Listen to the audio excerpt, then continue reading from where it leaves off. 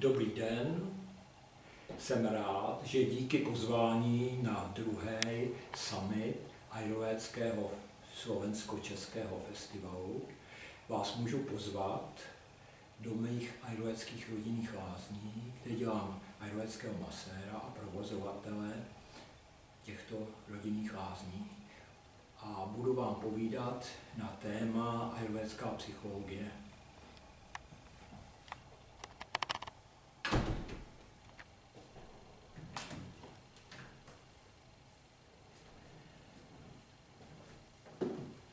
A proč ayurvédská psychologie? Protože zvláště v dnešní hektické době zažíváme mnoho problémů sami se sebou, se svým okolím a se společností jako takovou. A obracíme se k sobě, jak toto řešit. A právě ayurvédská psychologie je součástí komplexu ayurvédy jako takové o poznání sebe sama, o poznání života v harmonii.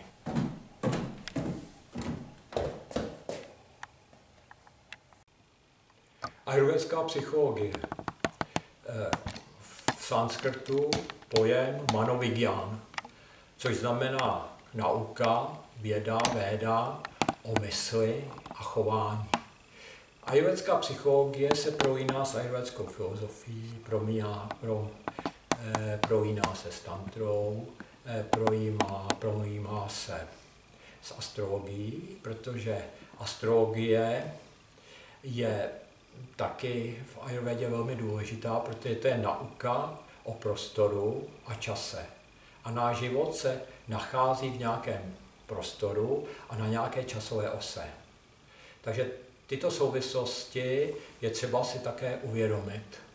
A k tomu je důležité poznat, jak vlastně probíhá psychologický proces, co se děje v našem mozku, v našem běžném životě, a to každou vteřinu našeho žití. Nejdřív náš mozek analyzuje věmy. Ty věmy můžou být buď to vnější nebo vnitřní. Z hlediska fyziologie mozku mozek reaguje na vnější věmy stejně jako na věmy vnitřní. To je třeba si uvědomit, že v momentě, kdy se nám něco zdá, něco prožíváme, něco si představujeme, tak z pohledu fyziologických funkcí mozku je to stejné, jako když zažíváme věmy z našeho okolí. Na základě těch věmů v těle se začne projevovat emoce.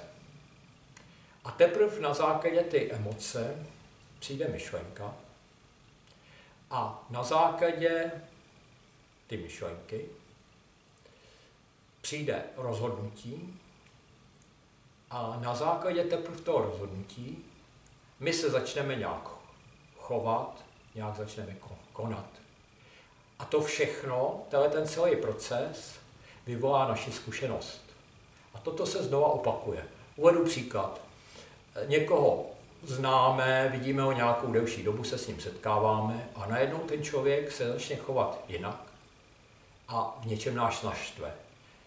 Při tom, jak nás naštve, tak proběhne celý ten psychologický proces a my si vytvoříme zkušenost. Na něj pozor, on nás naštval. Příště se s ním setkáme a ten člověk se bude chovat normálně. A z naší minulé zkušenosti bude, dávej si na něj pozor, on tě minule naštval. A teďka on se bude chovat normálně, naše zkušenost bude zase jiná a my si ty zkušenosti porovnáme a korigujeme. A o tomhletom je celý náš život, ten proces probíhá každou vteřinku, každý zlomek vteřiny a tím se formuje naše poznání. O tom psychologickém procesu jsem také psal v té knize o ty pranajámě. Můžeme si představit, že ta ayurvédská psychologie má takové 4 aspekty pro posouzení chování a profilu naší osobnosti. Jsou to aspekty, které vlastně vyhodnocují a definují podmínky našeho žití a co je třeba respektovat. Prvním bych řekl, takovým prvním z těch aspektů je zákon příčiny a následku. To je dharma, artha, karma, moksha. V následujícím pojednání se o tom více rozhovořím. Druhý z těch aspektů je morální kodex, naše morálka. Je to takzvané desatero, které je v nás zakódované, ať chceme nebo nechceme, a které nám umožňuje žití v tomto lidském společenství. Dalším z těch aspektů pro posuzování jsou 3 guny. Jsou to vlastnosti, které se prolínají v celým vesmírem a zase, jak je to v ajurvédě, souvisejí se vším. Jsou to vlastně atributy přírody jako takové, její jsme součástí. A poslední z těch aspektů je to aspekt 5 vlastností, 5 mahabů, které sdružují ve 3 skupiny váta, pitta, kapha. Nyní si trošku více vysvětlíme ten první atribut, zákon příčiny a následku, dharma, artha, karma, moksha. Tak co to je ta dharma?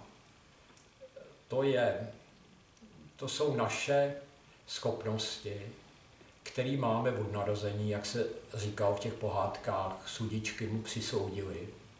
A to je ta dharma, to je to, k čemu máme předpoklady.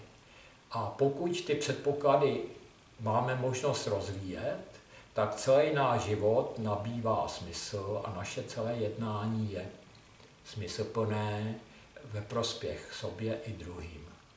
A aby jsme mohli tuto dharmu rozvíjet, tak tomu potřebujeme artu. Arta, to jsou ty podmínky k tomu žití. Uvedu příklad. Když někdo bude chtít být kuchařem a nebude mít na to vybavení, nebude kde to kuchařské umění provádět, tak nemůže být kuchařem. Když někdo bude chtít být řečníkem, tak musí mít mikrofon, musí mít prostory, musí mít posluchače, aby měl pro koho a komu řečnit. Pokud rodiče nebo nějaké jiné nepříznivé okolnosti zapříčinějí to, že člověk nemůže své přirozené schopnosti rozvíjet, pak ten člověk dělá něco jiného, což není pro něj přirozené, a to něco, co dělá, nepřináší to, co by mělo, a ten člověk vlastně se nerozvíjí a nedělá smysluplnou práci se všema důsledkama, které pak to přináší. A teďka se dostáváme k ty karmě. Pokud máme možnost rozvíjet ty schopnosti, jak jsme říkali, tu dharmu, za podmínek ty arty, to znamená, že máme k tomu ty možnosti, tak pak ta naše karma bude smysluplná. A bude dobrá jak pro nás, tak ve prospěch těch ostatních. A to je vlastně ten následek těch příčin, které tam vznikají. A můžeme se díky té smysluplné činnosti se můžeme dostat do stavu mokši, což znamená, když to řeknu stručně, vypadneme z časové osy, aspoň na zlomek vteřiny nebo na nějakou dobu se můžeme dostat mimo čas a mimo prostor. Je to příklad, když někdo upadne do hluboké meditace, tak je mimo čas i prostor, nedokáže to definovat, je mu tak, jak je, a vnímá všechny věci úplně jinak než běžně. Pokud se dostanete do nějakého pracovního procesu, tady začnete plně prožívat, čili ponoříte se do toho procesu, tak v podstatě se dostanete do podobného stavu, jako je stav meditace. To znamená, že vy budete mimo čas a mimo prostor. Jo? Do něčeho se pustíte a najednou zjistíte, a to už je tolik hodin, mě to tak uteklo, protože vy jste na ten moment se dostal mimo ten čas. Při takovém stavu, anebo potom při hluboké meditace, se člověk může dostat i na zlomek vteřiny tak, že vlastně je i mimo všeho, co je kolem nás a je vlastně ve stavu toho, co bylo dosud neprojevené. Čili dostává se úplně mimo vše, mimo to, co se ani nedá definovat, nedá se popsat. Opět bych chtěl navázat na mou publikaci, že tam se zmiňuju v podstatě okolo času, protože když si vezmeme zákon příčiny a následku, tak je to nekonečný proces, který probíhá pořád znova a vlastně tady se minulost navazuje na přítomnost, přítomnost navazuje na budoucnost a každý okamžik, který prožijeme, se stává minulostí a každý okamžik, který vytvoříme, tak je předpokladem pro lepší budoucnost. A s tím se dá pracovat z pohledu energií, což zase souvisí s tou pránou, jako životní energií, kterou jsem uváděl, že náhledem do minulosti, vyřešením problémů, které byly v naší minulosti, se změní kvalita naší přítomnosti a tím, že se mění kvalita naší přítomnosti, tak tím jim ovlivníme i budoucnost. Ale bohužel většina z nás se plácá v minulosti a je dokázáno neurovědou, že asi tak jenom 30% našich myšlenek je současných. A proto z většině z nás se náš zdravotní stav, jak po stránce psychické, tak po stránce fyzické, se nelepší, spíš se létama horší, protože my na sebe nabalujeme čím dál tím víc balván těch našich myšlenek na tu minulost. Utápíme se v minulosti, to znamená, že si nemůžeme vytvářet lepší budoucnost, protože nepracujeme na své přítomnosti.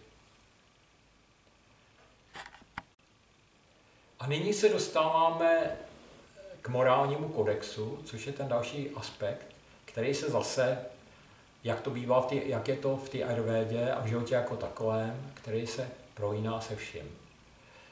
Mou základní představou o tom morálním kodexu je taková věta nebo idea, neubližuj sobě ani druhým, ni myšlenkou, ni slovem, ni skutkem. Na to už nás jako církev nám upozorňovala. Dej si pozor na to, co myslíš, myšlenka může být od Boha nebo od ďábla. A tohle to je obecně platný, protože už, jak jsme se bavili o tom psychologickém procesu, už ta myšlenka, která nám vyjde v hlavě, tak to už na základě toho už se v těle začne něco dít. Takže pozor na myšlenky, které si myslíme. Představte si, že máme v hlavě takový pokojíček a chceme v něj mít pořádek a ten pořádek je tam to, že jsou ty myšlenky hezky uspořádané a když nám někdo do toho pokojíčku vejde jako nezvaný host, tak budeme dělat všechno pro to, aby jsme toho nezvaného hosta vyprovodili pryč. Což si můžeme představit, že ten nezvaný host je naše nežádoucí myšlenka, kterou nechceme. Takže my si ten pokojíček budeme udržovat v klidu, aby jsme tam neměli žádný nezvaný hosti. Druhým tím pojmem je, jak jsme říkali, neubližovat myšlenkou, ni slovem. V momentě, kdy vyřkneme slovo, tak to slovo za prvé už proběhl proces na to vyřčení slova, takže my už mysleli jsme si něco třeba trošku jiného a řekli jsme to zase jinak, než to proběhlo od mozku, naším hlasovým ústrojím, vyběhla myšlenka realizovaná jako slovem ven. A to slovo má z našeho pohledu už citové zabarvení. A my je třeba si uvědomit, že to slovo říkáme někomu, nějakému posluchačovi a ten posluchač nemusí být zrovna v dobrém stavu a on to slovo může jinak pochopit, než my jsme původně mysleli. Takže v mnoha případech je lepší rozmyslet si, než něco někomu řeknu, anebo radši to neříkat vůbec.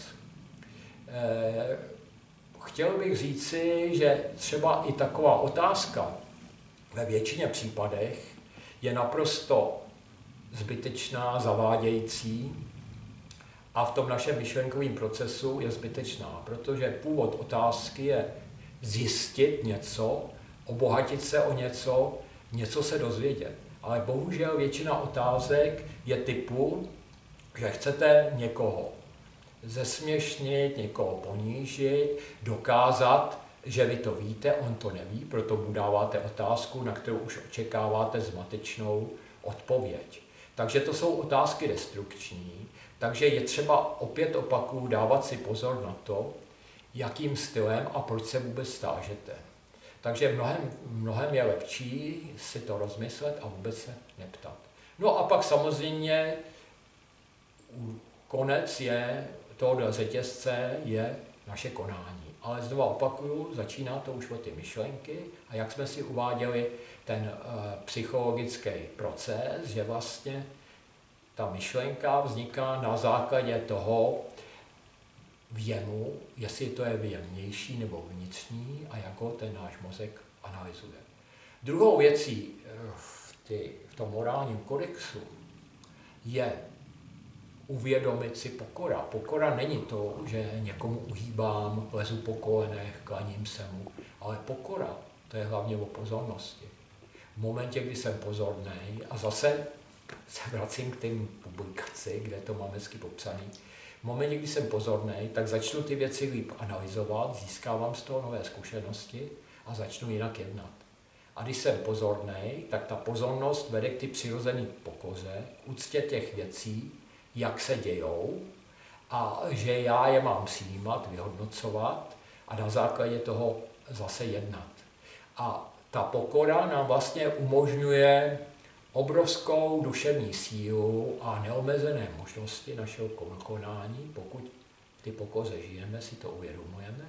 A v důsledku toho, když pak začneme smysluplně jednat, tak nám to přináší radost.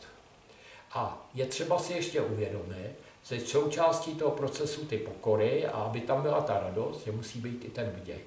V momentě, kdy si uvědomím, že každý den jsem zažil něco pěkného, něco, co mě nějakým stylem obohatilo, si to uvědomím, tak při tom uvědomění vlastně se ve mně zbudí právě už automaticky, ten mozek je na to nastavený, je radostný pocit. A se to promítá do všeho, co jsem kolem řekl, do našeho psychologického profilu a do našeho jednání. A důležitou věcí je, někdo to zařazuje do součástí toho morálního kodexu, někdo to dělá zvlášť, je disciplína. Bez té disciplíny se všechno ocitá na vodě. A disciplínou se myslí to, že když už něco řeknu, tak to udělám, když něco slíbím, tak to udělám, a když něco dělám, tak to dělám pravidelně, dělám to s jistotou, dělám to se zájmem. A nyní se dostáváme k těm 3 základním atributům veškerého projeveného žití v přírodě a ve vesmíru. Což jsou ty 3 guny, 3 vlastnosti, je to sattva, rajas a tamas. Pro představu z našeho zase lidského pohledu, protože my si všechno rádi představujeme dle svých zase zkušeností, když bych to řekl z pohledu psychologie, tak sattva to je konání bez nároku na odměnu, na pochvalu, na zisk z toho konání, když to rajas, to je konání s očekáváním. Tam už očekávám nějakou odměnu, nějakou pochvalu, nějaké uznání společné. No a tamas, to je jednání, který působí destrukčně, kterým ziskem z toho jednání je něco rozbít, něco rozvrátit.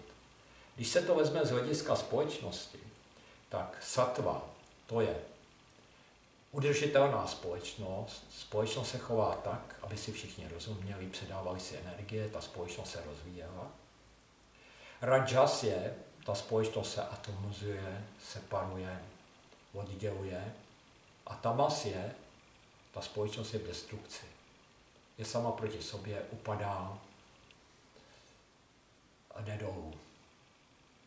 Jiný příklad můžu uvést, což pro nás bude taky jako pochopitelné z hlediska zase myšlení, že sattva, naše mysl je pánem svých smyslů.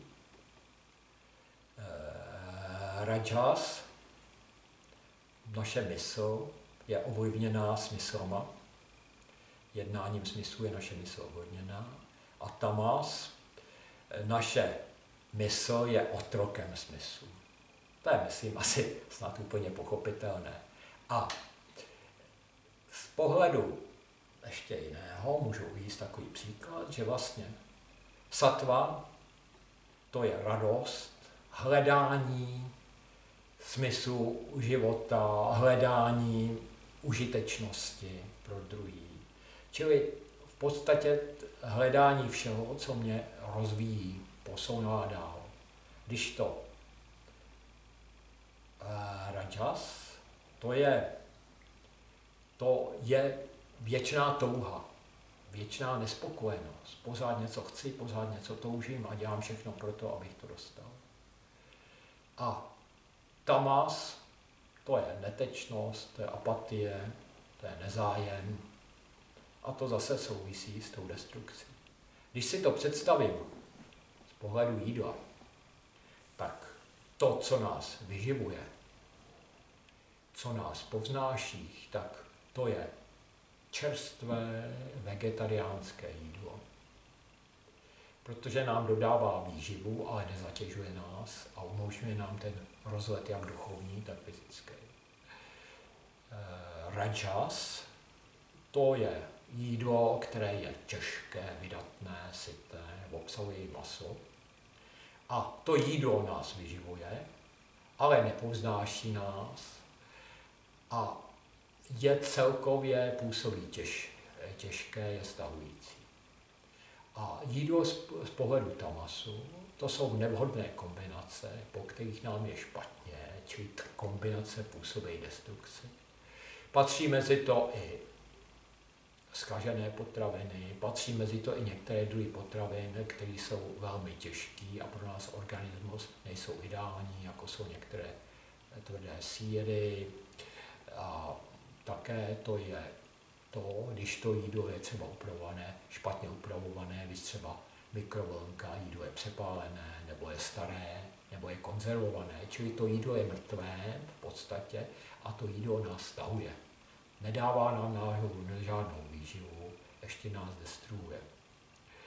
Z hlediska té komunikace je důležité si uvědomit, že satvický člověk, který je jenom satvický, tak nemá smysl pro praktické věci. Takže z tohohle pohledu satvický člověk potřebuje k sobě někoho, kdo je do rajasu, protože ten rajas, to je realita, ten pořád o něco usiluje, po něčem touží, něco provádí. Rajas vlastně nás žene jako dopředu. A takže ten satvický člověk sám o sobě, to si můžeme představit takovýho jogína v jeskyňce, který dává lidem požehnání, ale jinak nic jiného nedělá, nic nepotřebuje a sám o sobě není schopen nic, neplatí složenky, nikam není schopen dojít, protože ho to ani nezajímá. Takže ta příroda je tak úžasně zajímavá, že všechny ty tři vlastnosti se spolu musí propojovat.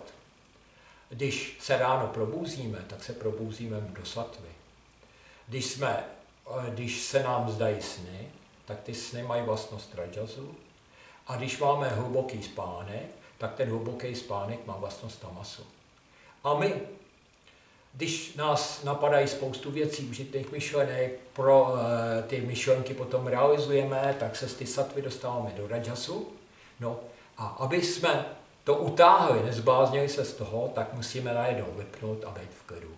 A to se dostaneme do toho tamasu. Takže ten sattva, rajas, tamas se spolu jako ve všem, znovu opakuju jako v té ayurvédě, se spolu prohlínají. Jeden nemůže být bez druhého. Vemte si, že někdy potřebujeme i to jídlo trošku těžké, někdy zase potřebujeme to jídlo lehké, jo? A někdy nejíme vůbec nic třeba. Takže všechno to spolu souvisí. A když si vezmeme fungující vztahy, tak když je někdo sattva, tak sobě potřebuje, jak jsme říkali, někoho, kdo je ten reálnější, potřebuje to rajase.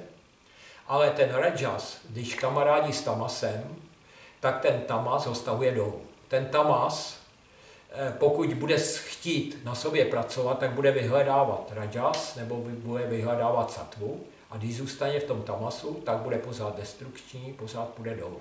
Takže tam je to, zase se to prolíná a je třeba si dávat pozor, jaký ten člověk je, v jaké společnosti jsme. Určitě, když budeme v rajasu nebo v sattvě, tak nás nebude lákat společnost, která je tamasistická. Ta tamasistická společnost bude zase přitahovat lidi, kteří jsou v tamasu.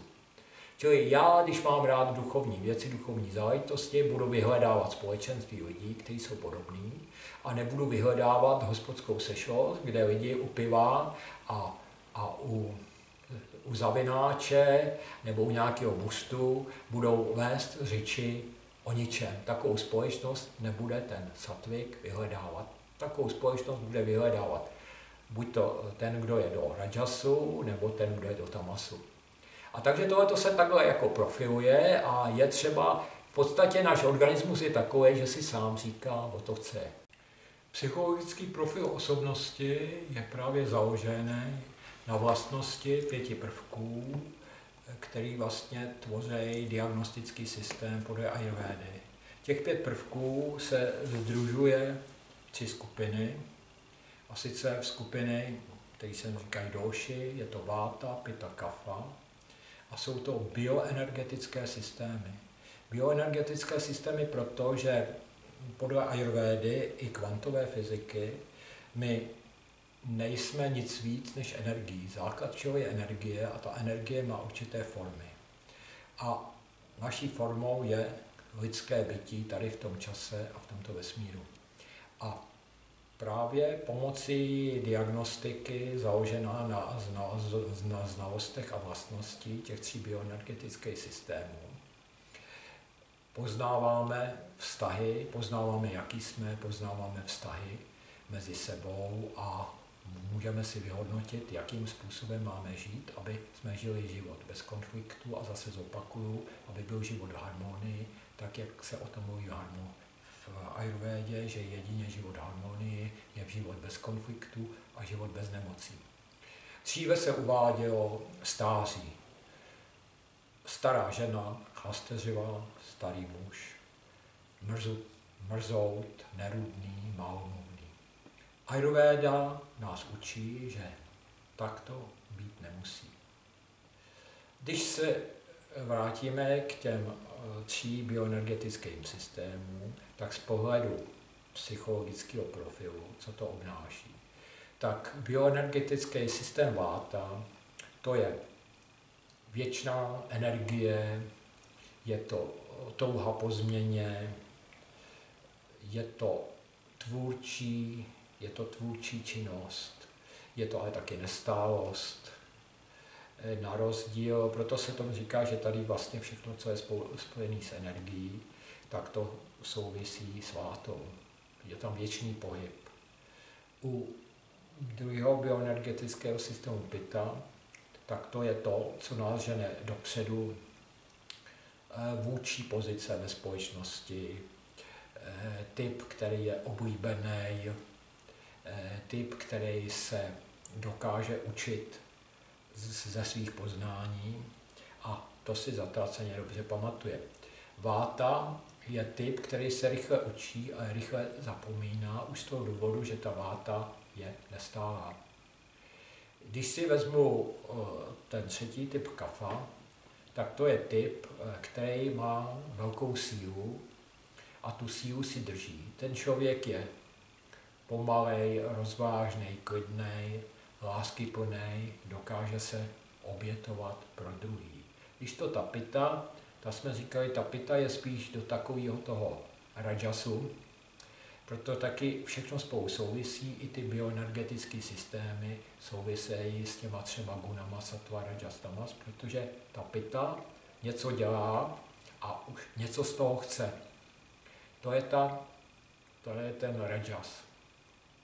Když to ta kapha, protože ona chce být v radosti a klidu. Ten klid, to je taková ta tichá síla, tu sílu ona si šetří, ona nemá ráda změny a má ráda láskyplnost a tou láskyplností se snaží dát těm druhým. Z pohledu tohodle se váta je nestálá a když sama se sebou není v harmonii, tak je tam porucha, je tam deprese, ta nestálost se ještě jako zvětší. Z hlediska ještě stavu ta osobnost váty má poruchy spánku, špatně spí a je nestálá i v myšlení. Jo? Není si nic jistá, nejistá, přemýšlí o všem, až se dostává do depresí. Když je v poruše ta pita, když není v harmonii sama se sebou, tak ubližuje těm druhým na úkor sebe, upřednostňuje se na úkor druhej. Ty druhý lidi už jako nevede a ty druhý lidi se jí začnou bát, protože je až jako agresivní. Když to ta kafa, když není sama se sebou v harmonii, tak upadne do letargie, do naprosté beznaděje, do totálního stavu nic nedělání. A ta výživa vlastně se obracuje vlastně i proti ní.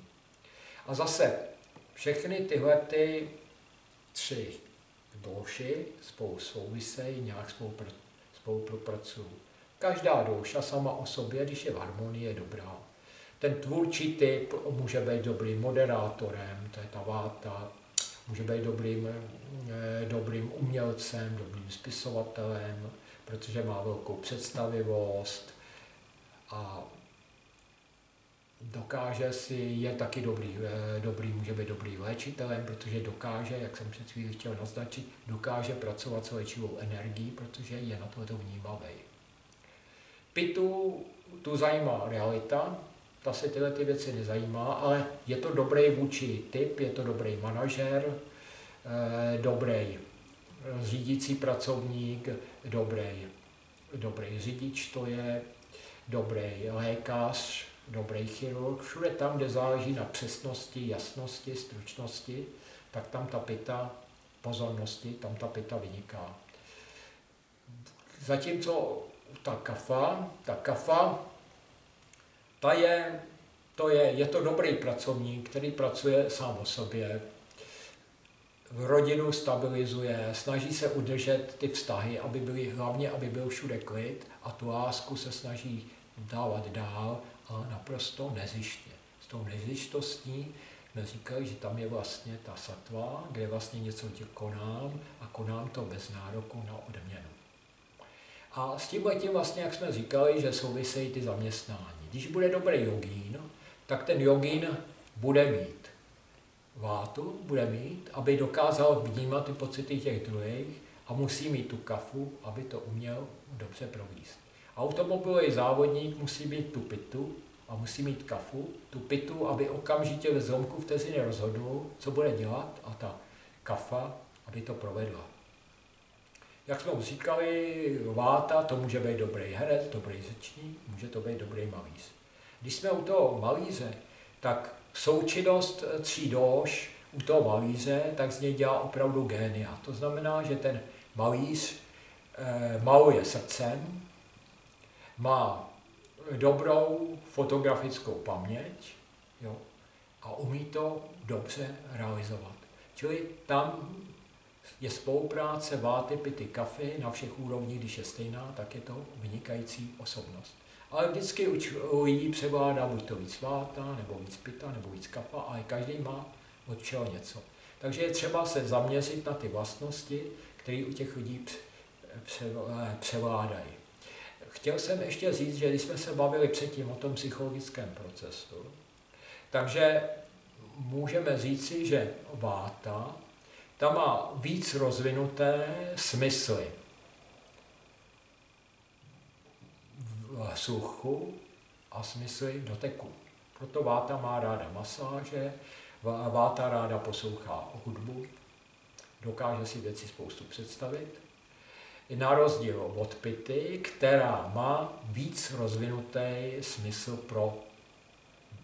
pro vidění, pro zobrazení, všechno, co souvisí se zrakem. Čili ona potřebuje v sobě jak psychicky, tak fyzicky potřebuje vnímat krásu a dělá všechno pro to, aby tu krásu získalo, aby si tu krásu vytvořilo. Krásno to je, aby mělo dobrou pozici všude, aby lidi obdivovali, aby ve všem vynikala, krásu, aby viděla hezké věci, aby se hezky oblíkala, krásu, aby vnímala hudbu, která se jí líbí. A to jsou pro ní hlavní atributy, proto dělá všechno. Má i třeba značkové oblečení, jezdí ve výrazném autu. Kafa, tak ta má rozvinuté smysly čichu a chuti. Proto kafa bude vždycky vynikající kuchař a může to být i člověk, který pracuje s aromaterapií, protože kafa, může to být kosmetička, protože ta kafa má tyhle ty smysly rozvinuté a upřednostňuje je na rozdíl od těch ostatních smyslů. Takže i podle tohohle poznáme, jaký ten člověk je. Čili ta pita, když řeknu, pita má ráda všechno, co se jí líbí a co se líbí, může líbit i těm druhým, aby vynikala. Váta, ta si bere to, co se líbí, jenom ty vátě, těm na tom druhým tak nezáleží. A kafa, ta je spíš taková decentní, ta chce být jako sama pro sebe, nechce se nikde důrazňovat.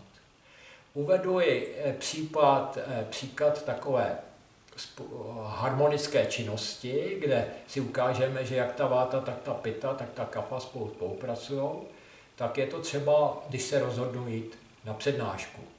Tak nejdřív si přečtu někde nějaký letáček a teďka jako váta se rozhodu, půjdu na tu přednášku, nepůjdu přednášku, bude to stát tolik, nebude to stát tolik, má to cenu a potom přijde to rozhodnutí ty pity. Ano, jdu na tu přednášku a konec. Váta už o toho nemá co mluvit, už o tom rozhodla pita.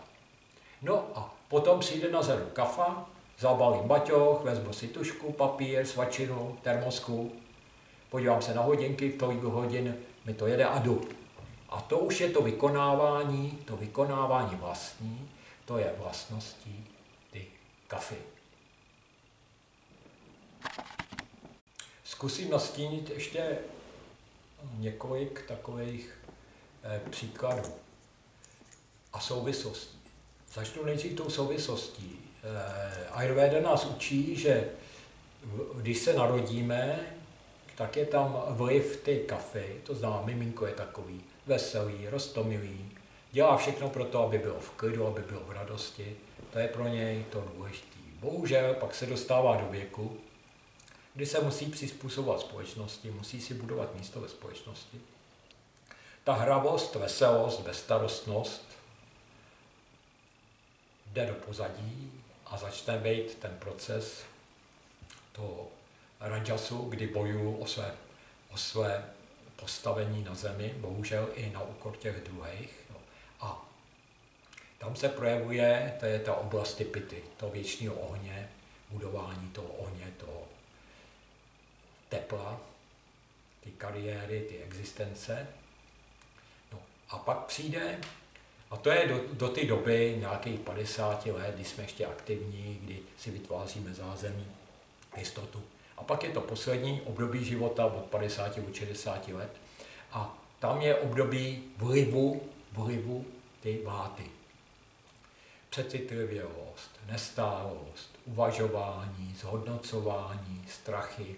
Taky víte, že starý lidi už stáří od mládí se lisí tím, že mladý člověk očekává, těší se na toho, co potká, co ještě nepoznal. Když to starý člověk, ten se bojí toho, co ještě nepoznal a co očeká, protože to jeho očekávání je spíš takový deprimující než veselý. Ten mladý člověk má v tomhle optimismus, každá změna je pro něj taková vítaná, starý člověk už se těch změn bojí. A to je vlastně ty disharmonie, ty váty. No a pak samozřejmě, jak o tom bylo v tom středověku, že když je ten člověk konstitučně, když má tu vlastnost do ty váty, tak pak to stáří může být takový, že je z něj mrzutej, nerudnej stářec. Když má on vlastnost do ty kafy, tak ta kafa vybalancuje tu vátu a ten člověk stáruje, moudrý, radostný, rozdává radost těm druhým. I jako dědeček nebo pradědeček je užitečný ty společnosti, protože dokáže být příjemný, neotravuje a dokáže předávat ty své znalosti. A to jsme u toho psychologického procesu, že ten funguje pořád a když děláme, co máme, tak dostaneme, co potřebujeme. Tomu říkám taky ten zákon příčiny a následku, dělej, co máš a dostaneš, co potřebuješ. A ten člověk přirozeně, protože ta konstituce a ten věk se scházejí v tom, že on dělá to, co má a ta společnost dostává z toho ty výsledky a on zpětně dostává radost od těch vnoučat, pravnoučat, že to, co dělá, je užitečný k druhým. Takže to je příklad toho, že tenhle ten model nemusí takhle fungovat. Pak jsem chtěl uvést takový příklad, který určitě pochopíte z automobilové dopravy. Když bude řidič, začnu s tím řidičem PITA, když bude řidič PITA, bude v harmonii, tak pojede přesně podle předpisů. Ta PITA bude ráda, když bude mít silný, pěkný auto, a když bude v harmonii, tak to auta nebude zneužívat, pojede rychlostí přiměřenou, kde bude volný úsek, pojede rychle, kde bude nepřehledný úsek, pojede pomalu. Jo. Když ho bude někdo předjíždět, tak když on uzná za vhodný, tak nebude s tím druhým závodit, nechá ho předjet. Když bude ta PITA, nebude v harmonii, tak co bude dělat? Bude to druhýho vystrkávat cesty. Bude říkat, tak on si mě troufá předjet, objeví se v něm ta destrukční nezdravá soutěživost a on bude toho člověka, bude mu tlačit na paty, vzadu na narazníky, vyšťouchávat ze silnice, nebo předjede a přibrzdí, aby mu dokazoval, kdo je tady pánem. Je to nebezpečná situace, ale bohužel vidíme na silnici, jestli to stává. Když bude řidič kafa, tak co bude dělat? A mně to je jedno, ať je ten druhý předjede. Já si půjdu tady v klidu pozorovat krajinu, já si pojedu, jak budu chtít. Mně to je jedno, teď si to jedu tady pro sebe. Ale když bude ten řidič, nebude ta kafa, když nebude v harmonii, tak víte, co bude dělat? Tahle ten člověk, co si to dovoluje, on je takhle předjel, no, to je strašný, no. Takovýhle blbci dneska jezdí na silnicích, hrozně to rozčílí a vyvede z míry. Ale naštěstí to jako dělá verbálně, prostě ty druhýho to musí snášet, ale nejhorší v tomhle tomu bude váta. Váta, když pojede, tak bude mít vždycky trošičku strach, jestli jede dobře, jestli to. A teďka, když ji začne někdo předjede ji, nebo bude v nějakým nebezpečným úseku, tak najednou se to změní v disharmonii, ten člověk dostane strach. Jak dostane strach, ztratí jistotu a teďka bude říkat, mám toho člověka předjet, mám zpomalit, je ta silnice úzká, vejdeme se tam, nevejdeme se tam a jak ztratí jistotu, tak ztratí schopnosti dobrého řízení a pak může dojít k malému. Nepřiměřenou jízdou, buď to moc pomalý, nebo moc rychlý, nebo to řízení přesně nezvládne a nabourá. Takže takovéhle disharmonie můžou nastat u toho řidiče a s tím se setkáváme denně při provozu. Jak to funguje v mezilidských vztazích, v manželství, v kamarádství?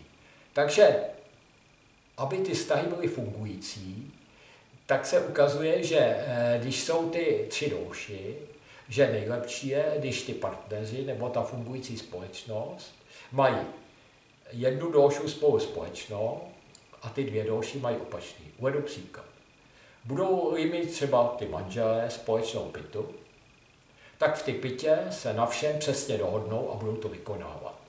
Rozhodnou se postavit barák, tak ho postavějí. Rozhodnou se jít na dovolenou, tak nebudou uvažovat, jestli táme nebo táme, když už se rozhodují, tak to udělají. A to je ta společná pita. Když mají okrajově, kromě ty pity, když tam má jeden partner má vátu, druhý partner má kafu. Tak jak zase, jak jsme uváděli, že ten člověk jde na přednášce, tak ta váta prostě uvažuje támhleto nebo támhleto a ta pita ho utne, stmelí ho dohromady a ta kafa zase to realizuje. Takže tam je ta společná pita, kde se na všem jasně dohodnou a ty opaky váta pita, váta to zváží a kafa, tam už se to potom provede. Pak můžeme vzít opačnou kombinaci, kde je společná kafa.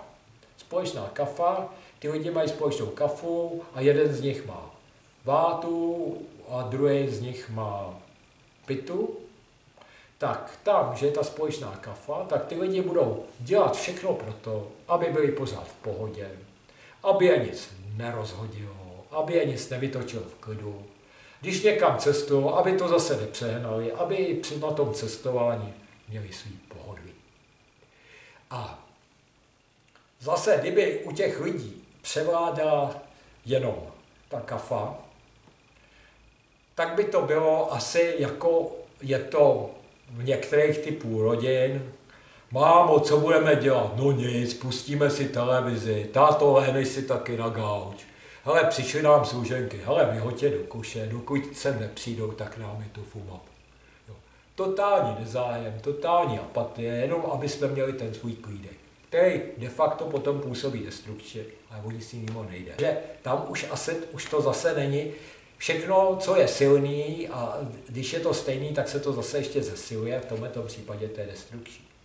Ale když ty lidi mají společnou vátu a jinak mají zase pitu, kafu, tak ty lidi, co mají společnou vátu, tak přemýšlejí, pojedou na tamhle tu dovolenou, mají společný zájmy v tom pohybu. Ta váta ráda chodí, má ráda pořád změny, tak oni se těší, dneska půjdeme tam, zítra půjdeme tam, budeme dělat tohleto, pak navštívíme tyhle ty známí, jo? A zase ta pita to upřesní, ta kafa to realizuje. Na tomhle tom se shodnou, čili v tomhle tomu oni mají společný zájmy. Tam, kde je ta společná pita, tak tam mají zájmy společný v tom, že vytvářejí něco, vytvářejí nějaké hodnoty a znovu zopakuju, tam, kde je společná kafa, tak tam jde o to hlavně, aby měli klid a pokoj. A teďka bych chtěl uvést asi snad poslední příklad zase, a to bych uvedl z dětského hřiště, abyste si zase uvědomili harmonii váty, pity, kafy a disharmonii. Je pískoviště, tam si hraje holčička. Má lopatičku a má kyblíček a má bábovičku.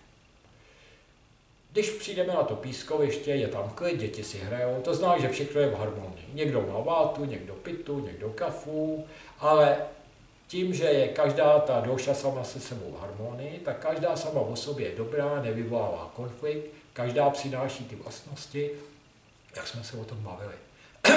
A teďka najednou je chlapeček a ten se dostane do disharmonie, zvedne se v něm pita.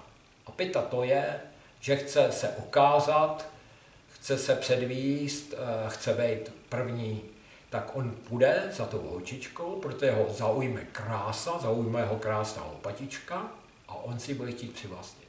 Přijde za tou holčičkou a jako pita v agresi tu lopatičku ji sebere. A teďka záleží na tom ta holčička. Když ta holčička, která měla ty douši vyrovnaný, když se z ní zvedne pita následkem akce toho chlapička, tak co udělá? Vyrme mu tu lopatičku, prastí ho tou lopatičkou do čelíčka a tenkrát ty lopatičky byly kovový, takže ten chlapeček to zatraceně ucítil a dala mu najevo, tak pozor, na mě si nepřijdeš.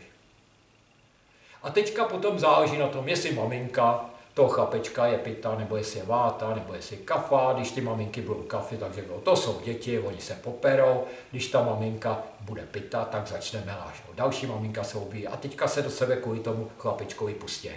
Když to bude váta, tak řekne, hele, pojď, půjdeme pryč, tady to je nějaký konfliktní, já se nechci s někým hádat, přijdeme sem, až se bude klid.